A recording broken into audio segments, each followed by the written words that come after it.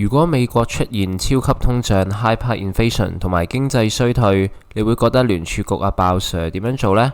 佢會係加息壓止通脹，定係減息刺激經濟呢？我哋小市民梗係唔容易估到啦。加上最近有6.5兆嘅美國國債呢，即將6月到期啦。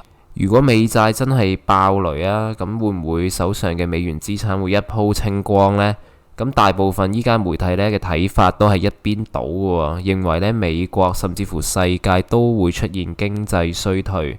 大家最擔心嘅事呢，就係一旦美國出現經濟蕭條，所有嘅資產包括股、樓、債，甚至手上嘅港元即係匯率呢，都有機會出現三殺四殺嘅情況。發仔就覺得大家好似過分解讀咗美債價格嘅波動啊。因為呢個情況喺08年都出現過嘅喎，原來。不過你睇下呢15年啦，美債係咪一樣依然受歡迎？依家過去一直被認為最安全嘅美國國債，即係市場波動嘅時候呢，佢發揮唔到避險嘅作用啊。傳統啦就認為啦，當美股下跌嘅時候，基金經理就會覺得美股唔安全啦，想避開個股災啦，咁就會跑去美債嗰邊啦。所以美債嘅價格呢就會上升，因為多咗人去買美債，即係需求上升啦，咁價格就會上升啦。咁但係今次呢，一反常態喎，美股跌，美債都繼續跌喎。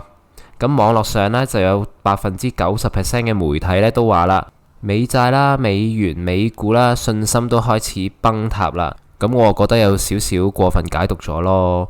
因為美債美金佢唔係無敵噶嘛，只要佢有啲本土嘅事件影響呢，短期內都真係唔會發揮避險功能噶喎。咁你打開美元指數呢幅圖睇下啦，由1985年啦開始呢就插水式急跌啦，咁之後呢保持橫行嘅狀態去到依家啦，咁甚至乎喺2008年呢都去過最低位嘅。咁價格下降係咪代表大家都唔用美元啊？喂，梗係唔係啦，美元一直都係咁受歡迎啦，成為好多國家嘅戰略儲備。咁所以啦，咁發仔認為好多媒體去解讀美債價格下跌嘅時候呢，好大可能係放大咗美債嘅風險咯。因為短期價格下跌呢，有好多原因噶嘛。咁對長期投資者嚟講呢，其實影響未必好大嘅。咁今年4月份，股神巴菲特擁有短期美債已經超過3000億美金噶啦。規模甚至乎超過聯儲局。如果你作為美股中長線嘅投資者，咁你好有機會都會 miss 咗今次低位撈貨嘅機會。發仔以上呢個睇法呢，其實基於2點嘅。第一點啦，就係美國佬搞得掂啊。咁超過100年啦，發生過唔同嘅經濟危機啦，美國都最後冇事啊。如果真係解決唔到危機，咁點啊？拖埋其他國家落水咯。例如亞洲金融風暴。搞掂泰國先，香港呢啲唔同地區嘅經濟，只要你恢復嘅速度，美國係最快嘅，咁佢依然係呢個世界嘅贏家。咁作為全球科技領先，加上最大經濟體，你唔信美國，信邊個呢？咁就引申出第2點啦。如果你係投資者，美國作為資本主義國家嘅基礎，本身都已經有無可取代性喺度㗎咯噃。再加上佢對私有產權嘅保護非常嚴格嘅。首先，例如喺個稅務上啦，長期資本利得稅最高係20%，咁比起其他發達經濟體，即係加拿大啊、歐盟啊嗰啲，其實係低好多啊。同埋相對個稅率變化穩定啦。咁所以美國稅務呢，雖然呢就俾人話唔公平啦，都係偏袒富人。咁但係佢有佢嘅道理嘅，咁咪多咗精英入去美國嗰度生活啊、工作咯。所以世界呢一刻暫時冇一個國家可以喺金融領域上取代到美國。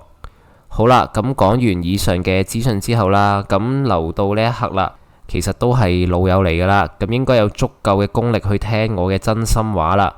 其實以上嘅分析呢，發仔只會定義佢為知識啦，或者個人意見啊，係未必啊，甚至乎根本唔會作為投資嘅參考啊，即係啲好唔重要嘅資訊咯。咁因為呢啲資訊呢，未必係永遠正確噶嘛。咁我舉個例子啦，咁90年代嘅時候呢，大家對於一粒雞蛋啊，食蛋呢會引致膽固醇過高，但係依家有好多研究呢，又話咯，食蛋可以降低膽固醇。咁即係信邊一個呢？係啦，即係話資訊可以啱，可以係錯。如果你真係太認真去研究去聽人哋嘅分析，包括法仔啦，或者坊間嘅資訊，好容易呢就會被誤導啦。因為當我哋人類社會不斷進步嘅時候，好有可能連知識呢都會慢慢更新噶嘛。咁如果你太睇重知識面去投資，好可能呢你嘅結果有機會令自己失望嘅，就係輸錢咯。咁例如2020年啦，幾次熔斷，咁多年嚟從未發生過嘅喎，都算係一個知識盲區。咁至少股神巴菲特係會咁諗咯。咁如果你真係真心想要長贏嘅話呢，咁我覺得以下呢個心態你一定要嘅，就係不斷成長啦。而法仔願意喺低位撈貨，都係基於呢個心態。隨住時代唔同啦，投資嘅策略都會慢慢有所改變嘅。即使你好似我咁樣啦，已經有一套驗證好長期賺到錢嘅策略之後，你都要當自己係有機會輸噶嘛。所以法仔依家都會堅持一個準則，就係你所下嘅注碼都係一個輸晒都冇所謂嘅注碼，即係好細注，輸咗都唔會肉痛嘅金額去買咯。之後再跟翻你個策略去行事，咁你就好容易賺到已經你計劃好嘅回報噶啦。美國目前嘅金融地位真係冇可能被取代啦。咁呢個100年內永遠不敗嘅走勢依然存在。其實要輸真係唔容易嘅。咁所以法仔呢一套投資策略呢，都係順勢而為嘅啫嘛。即係話同金融大佬合作啊，當資金輪動、財富轉移嘅時候，咁咪去賺下少少錢咯。當嗰啲美國金融大佬要轉場啦，咁佢可能唔再玩美股啦，唔再喺美國啦，咁咪跟住佢去轉場咯。所以其實個策略真係好簡單嘅啫，同金融大佬合作啦，再順勢而為，再加上如果你用一個輸晒都冇所謂嘅注碼去入市，你去試咗呢個心態先，你去賺咗呢一種輕鬆都賺到錢嘅感覺先。當你真係見到自己可以穩定咁樣去賺錢啦，再慢慢加注都未遲噶嘛。最後啦，法仔嘅操作嘅策略呢都真係好簡單啦。之前嘅片呢都已經講過啦，亦都唔需要有招式嘅，所以我就冇話改個好勁嘅名啦。咁我嘅方法啦，都係一啲相對保守嘅方法，相對安全。咁如果你係話要短時間要暴富嘅，一個月賺幾倍嗰啲呢，我就真係唔識嘅。就算真係好好彩揾到一隻爆升股啦，做到啦，都真係撞彩嘅咋。